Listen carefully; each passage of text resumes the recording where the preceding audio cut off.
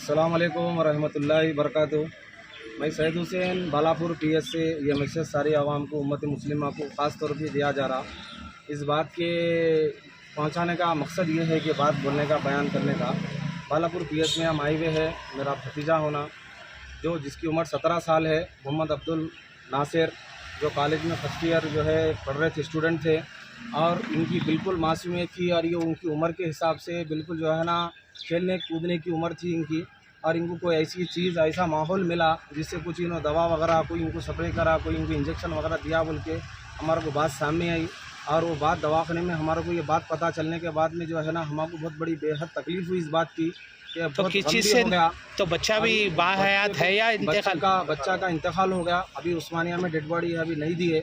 बहुत गमगीन के माहौल में, बहुत अफसोस में जो है ना मेरे जो है ख़ास मोहम्मद अब्दुल क़य्यूम साहब के फर्जंद है वो मोहम्मद अब्दुल नासिर, और यहाँ पर मेरे भाई भी है, मज़र भाई भी है, सब लोग। बच्चे की एज क्या रहती है? बच्चे की उम्र 17 साल की उम्र है। बच्चा फर्स्ट ईयर में पढ़ रहा था MS कॉलेज के अंदर आरामगढ़ पे जो है।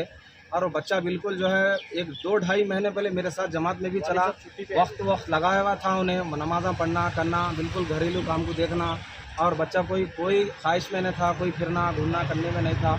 और वो बच्चे को जो है ना कोई दवा मिली, कोई इंजेक्शन के ज़रिए से बच्चे की मौत हो गई। तो ये इंजेक्शन कहाँ से मिला, क्या मिला आप लोगों ने? मिला, किधर से मिला, हमको भी वो बात का पता नहीं चला।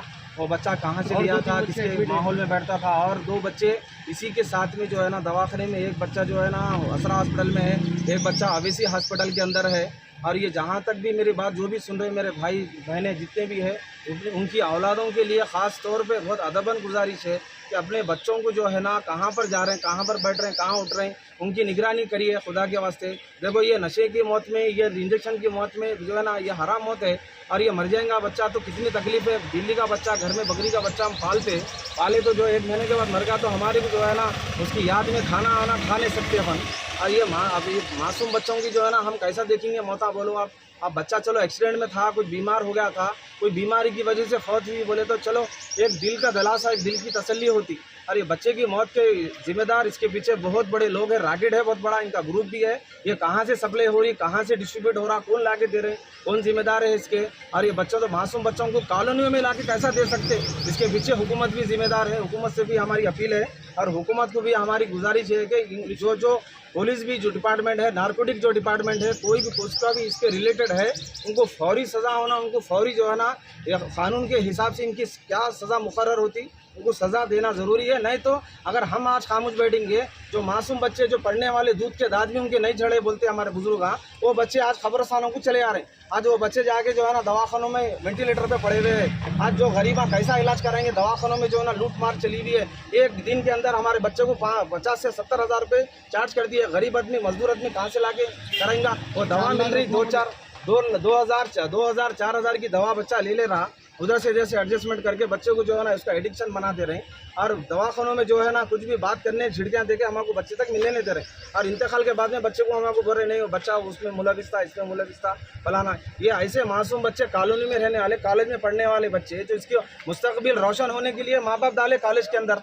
फिर तो ये कॉलेज में सप्लाई हो रही है, कॉलेज में हो रहा है या कॉलोनियों में हो रही है? कॉलोनियों में हो रहा, बस्तियों में हो रहा, छुपे हुए हैं, इस पे पर्दा डाले हुए हैं। बाज़ाब्ता हुकूमत भी इसका अगर वेरीफाई करेंगी, पुलिस भी अगर वेरीफाई करेंगी तो इनको पकड़ के लाके इनकी जो सजा हो सकती है, इनको इनकी आखिर सजा उनको होना चाहिए। अभी आप कंप्लेंट करें आप लोग, हमारे ये टीन एज के बच्चे और मुस्तकबिल में और ख़राब हो जाएंगे।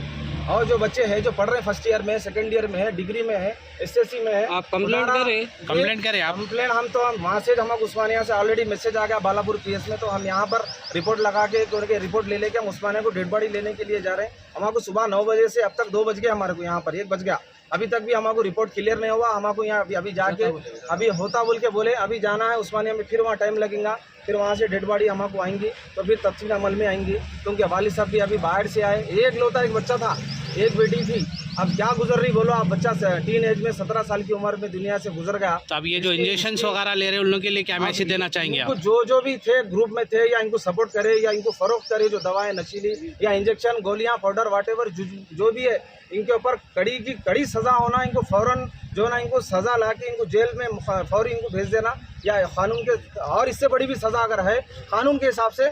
गुजारिश है कि हम जो है ना सारे के सारी की तरफ से जो है ना उनको ये सज़ा देना ज़रूरी है। नहीं तो फिर हमारे घरों में जो बाकी जो बच्चे हैं, पढ़ने लिखने वाले बच्चे हैं, जिससे हम उम्मीद लगा के बैठे कि मेरा बच्चा पढ़ के लिख के काबिल बनेगा, हमारी आंखों की ठंडक बनेगा, दस्तो बाजू बनेगा हमारा, बोल के हम घरों में उनको अच्छी से अच्छी तालीम दे रहे, लाखों करोड़ों रुपया लगा दे रहे हैं। ठीक है ना, बस यही से बोलना था भाई, मकसद और कुछ भी नहीं है, इसके पीछे कोई मफाद नहीं है। बस ये मैसेज उम्मत मुस्लिमा को है, अपने भाया बहना जितने भी बात सुन रहे हैं कि उनके बच्चों की निगरानी खुद करना है और तकलीफ में भी खुद रोना है। फिर अगर नहीं करेंगे, नहीं उनको सेव करेंगे, अगर उनकी टाइम टेबल नहीं बनाएंगे, दीनी माशरे के अंदर उनको नहीं डालेंगे, तो फिर ऐसे मौताएं होते रहेंगे, ये ड्रग्स माफिया चलते रहेगा, बहुत मुश्किल हो जाएंगे बाद में फिर हमारा जीना। फिर हम वैसी जो है ना गम